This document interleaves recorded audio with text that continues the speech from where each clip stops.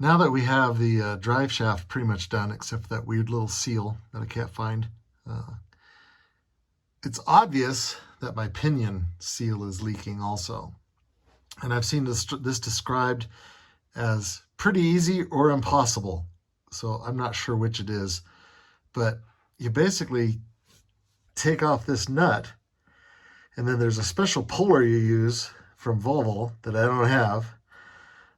So I might have to make something, or you can kind of tap it from the back, but you don't want to bend anything. So, and then you got the seal in there, and of course there's a special tool to pull that out and a special tool to put that in, but you know, we all use those screwdriver methods or whatever else to get that out. So I'm going to try and take this off anyway. At least, you know, if I get the nut loose and it doesn't work, I can put the nut back on, tighten it up. I don't know, we'll see. But it leaks. Does it leak enough that I have to worry about it? I should probably check it every few months, looks like. So I'll try and pull this off, but I'm going to get my impact, and that looks like a 30 millimeter or 28 or something like that, and see if it will fit in there. And if it doesn't, then I'm just done and I'm not going to do that. So we'll see. On the other end, let's go around here. Can you see that? Nope. On the other end here, the transmission, it's obvious that the seals on it leak also. And again, we got the exact same thing on this end of the transmission, and the one that's leaking is actually inside the bell housing there. There's 4 bolts that you can get to take the transmission off and just slide it out the back, and I may do that also. This is one of those projects that turns into might as wells. So might as well do some of this while we're in here. I'll bring you back when I get one or both of these off or out, or decide to give up. Well, that surprised me. I tried banging it off first. It wasn't going anywhere. So I remembered I've got one of these little three hooky guys, and sure enough, man, that pulled it right off. It was amazing. You can see we still have fluid. It's dripping, so it's not leaking horribly, but that's the seal right there. You can see the edge of it. I think that's the seal right there. Oh my God, I hope so. It looks like it, because that seals, you know, around this guy right there, doesn't it? I think that's where the seal goes. I'll get some light in there and make sure and check it all out, but I think that little ring around the end of the output shaft there and everything, I think, or input shaft, that's input. I think that's everything we need. So we'll try. Is that sideways? There we go. We'll see what happens. I know I keep bringing it back. I do stuff. I don't show it on tape. I don't have a tripod that'll fit underneath here. I could like lean the phone up or something. I just do this on my phone. So anyway, I'll start tapping that out of there, and I'll look at my diagrams again and make sure. But I think that's it. That's the seal. I'll look at my new one, and we'll see what happens. I keep saying that, but that's how this goes. That's what I'm doing. I'm like, let's try this. Okay, when you get to this point and clean everything off, you'll go, oh no, the bearing I got is way too big. I'll show you that in a second. When you get to this point, you'll do like I did and go, oh no, the seal I got is way too big. That's not going to fit in there. And then you'll look at the instructions again and in the green book, and you'll go, oh wait, that's a dust cover that goes over the seal. So I've got to pull all of that out, and I don't have the special puller. I'm going to try and pry this out. Hopefully the dust cover comes with the seal, and it all goes in there. And then I'll tap it all back in there and see what we can do. But I think we can get this. You can see there's a lot of fluid coming out, and when I pull that out, I bet you a bunch of fluid comes out, and it smells. I'm not excited about that, but we'll get it in there, or we'll get the old one out, and then all this oil will burn off when I dry this again. But yeah, everything's the right size. It just is underneath that dust cover and takes up that whole expanse there from there to there. That the seal goes in there, and that's just a dust cover. All right, I'll show you the new one. And this is your new one, and it actually goes over that perfectly. Yeah, that's the outside. It says right there, outside. That goes in and it slides in there. It seals the differential itself, the pinion, and it has a dust cover that goes over it, and then that seals this part, which actually goes in that way. So if that's outside, then this goes like that. You can see that seals right there. So that will be underneath there like that with the dust cover. So just got to clean all this up, get the old one out, and hammer this new one in. I will lightly tap it, probably with that dust cover. That looks like a good thing to use, but we'll try it. All right, I forgot I had a seal puller. Here, just a second, I'll go get it. It's one of these guys, and you just get that in there and pry it out.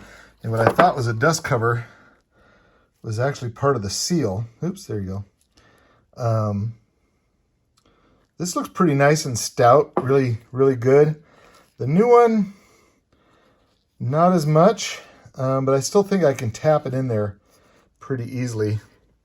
I'll clean it up and see what we can do. A lot of fluids coming out right now, obviously, because there's nothing in there. But we'll just tap this around the edge very carefully and get it seated down in there. That should be it. This had like a gasket behind it, which is, not a bad thing either. This, I guess, relies on a friction fit to hopefully keep your fluid in. Maybe I'll be doing this again in a few months. We'll see. But I'm going to tap that in and then get this back in and see what happens. I'll bring you back again. Well, that went insanely well. I just cleaned off the inside here really good. There is no dust cover like I thought. This is the dust cover. The seal is inside of there. And I just used my, musty one hammer here, just to lightly tap around the edge until it went in and seated. And it looks about like the other one did. It's seated down in there a little bit. Whatever that red stuff is around the outside that they put on these, it seems to be sealing it okay. So there we are. I'm going to put the flange in, lube it up first. Where is it? It's under here somewhere. It's under my elbow. There we go. You want to get some oil around that bit so that it doesn't wear out your seal first time you drive. You want to have some lubrication on there. So we'll oil that up around the outside just with some of this fluid and smack it in there. Again, I think I'm just going to use the light hammer tapping to get it pushed back on there until I can get the nut on. And then we'll go from there and tighten it up. And I'll look up a torque spec, which probably will be impossible to find. And here we are. So we've got the flange back on there. I just tapped it. I started it on the splines, tapped it in with my musty one hammer, and then got the nut on there. Set the parking brake, and I was able to tighten the castle nut there. And I'll let you look up the torque spec for yourself.